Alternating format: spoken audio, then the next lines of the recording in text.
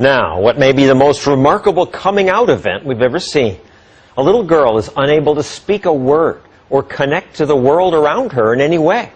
Or so everyone thought, until she turned 11 and suddenly something remarkable happened. ABC's John McKenzie has the story of a girl breaking out of her own body. You don't know what it feels like to be me. When you can't sit still because your legs feel like they're on fire, or it feels like 100 ants are crawling up your arms. How is it that these powerful words came out of this flailing body? People look at me and assume I am dumb, because I can't talk. Something extraordinary happened to this 14-year-old who was written off as mentally deficient, something that may help unlock the mysteries of a baffling disorder. What do I want? I want to be like every other kid, but I can't, because I am Carly. Born in Toronto, Canada, Carly Fleischman was 2 years old when it became clear she was not keeping up with her twin sister Tara. When you're told your child is going to be developmentally delayed, that they might achieve the developmental level of a 6-year-old, it's like being kicked in the gut. When Arthur Fleischman and his wife Tammy learned the diagnosis was autism, they expected the worst, that the twins were headed in different directions. And how bad did it get for Carly, those first few years? Awful. Part of her delays prevented her from walking, from sitting up. It was clear that Carly, like most autistic children, was lost in her own world, perpetually swimming underwater. And all the doctors would say, you're the parent. You should do as much as you feel you need to do for this kid. Carly, stand up. The Fleischmans were on their own. Experts told them that early intervention was critical. You use your fork. So ever since Carly was 3, her therapy has been intensive, unrelenting. This took about 40 to 60 hours a week of one-to-one therapy. She always had about 3 to 4 therapists working with her. And if you're not getting results with one approach, you move on and you try something else. You didn't give up. You pushed Carly. And when you look in Carly's eyes, you can see an innate intelligence. So we never gave up. We never gave up. But if there was intelligence, Carly's ceaseless rocking, flailing arms, and tantrums hid any trace of it. Worse, she couldn't speak. Not a word. I did not have any expectation that she would have a fluent form of communication. Dr. Nicole Walton-Allen is a clinical psychologist who led Carly's therapy program. Her profile was that of a child who was severely autistic and more than likely moderately mentally retarded. And did you ever think about institutionalizing her? We had friends saying, you know, you've been plugging away, spending thousands of dollars on therapy. You're not really seeing the progress. So, of course, you start thinking about, should she be in a group home? But you decided against it. I could never do it. Could never do it. How can you give up your kid? What do you want? Despite thousands of hours of therapy over months and years, Carly's progress was excruciatingly slow. That is until one day 3 years ago when Carly was 11. She ran to a computer for the first time, and what happened next was a breakthrough so profound it would finally pierce Carly's silent, secret world. And she was quite distressed, and she starts to spell H-U-R, and it was like T, hurt.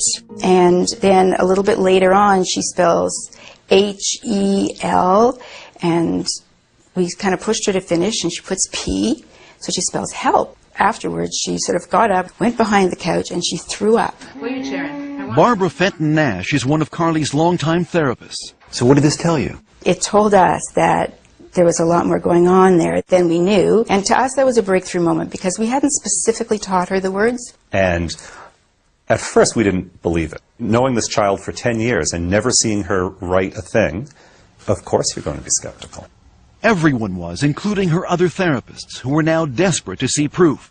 But Carly refused to type, exhibiting the same hysterical behavior that led experts to label her as mentally retarded. She would strip off her clothes. She would go into the bathroom and she would engage in fecal smearing. So the typing was great, but no one could see it. What was needed was some tough love. If Carly wanted something, she would have to type for it. First type, and then you get. Let's go. Oh, she had to work for it. If she wanted information, if she wanted to go somewhere, she had to type by herself.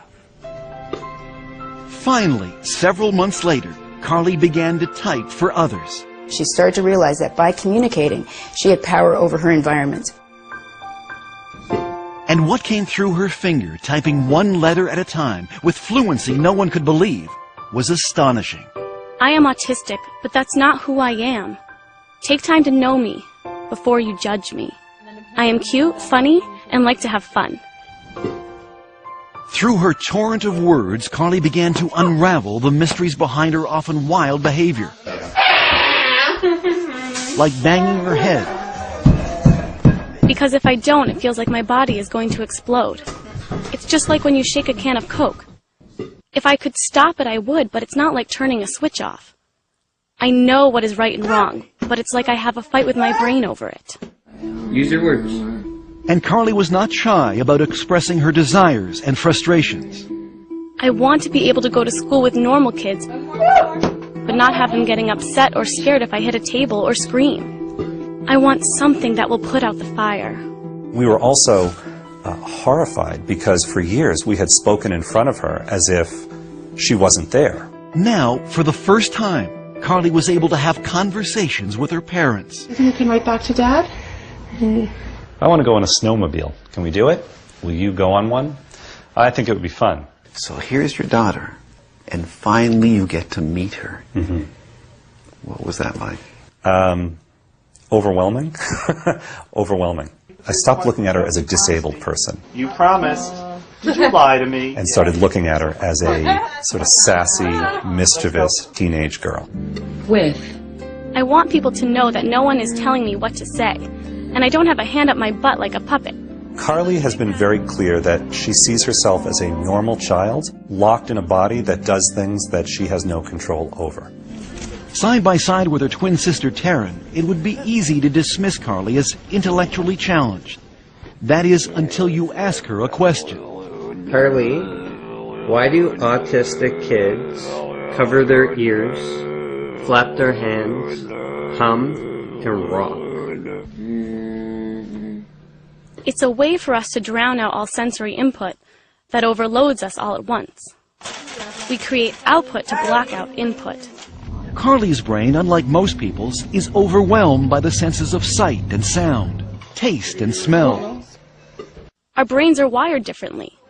We take in many sounds and conversations at once. I take over 1,000 pictures of a person's face when I look at them. That's why we have a hard time looking at people.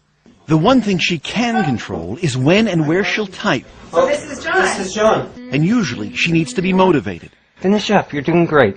When I tried making conversation with Carly, she would not type back. I'll tell you anything you want to know. Her finger hovering over the keys for hours, until I brought up my teenage son. He wants to play football. Now she's smiling. It's going to be something funny. Are you embarrassed? Come on, we want to hear what you have to say. Yes, I guess he's cute. 2 years that we've been communicating, and every time she writes something, there's a little bit of that sense of awe. The room resembled a ship's cabin. Its walls Dear made of Dad, wooden laths I love when you read to covered me, by many coats and I of love that you believe in me. I know I'm not the easiest kid in the world.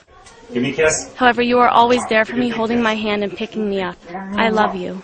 I'll go through many sleepless nights to hear that. I'll spend every penny we have to hear that. Was there one writing in particular that left a lump in your throat? In this writing where she says, "You've never been in my body. I wish for one day you could be in my body."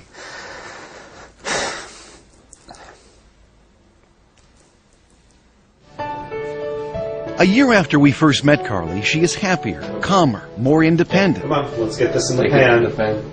She's even writing a novel. I think that humankind is just oblivious to things that have been around for many years.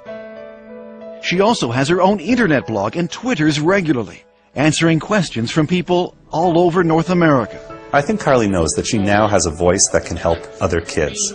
Now she looks at herself as someone who can make a mark on the world. And that's got to be life-changing. What do you hope for Carly now? I want her to be happy.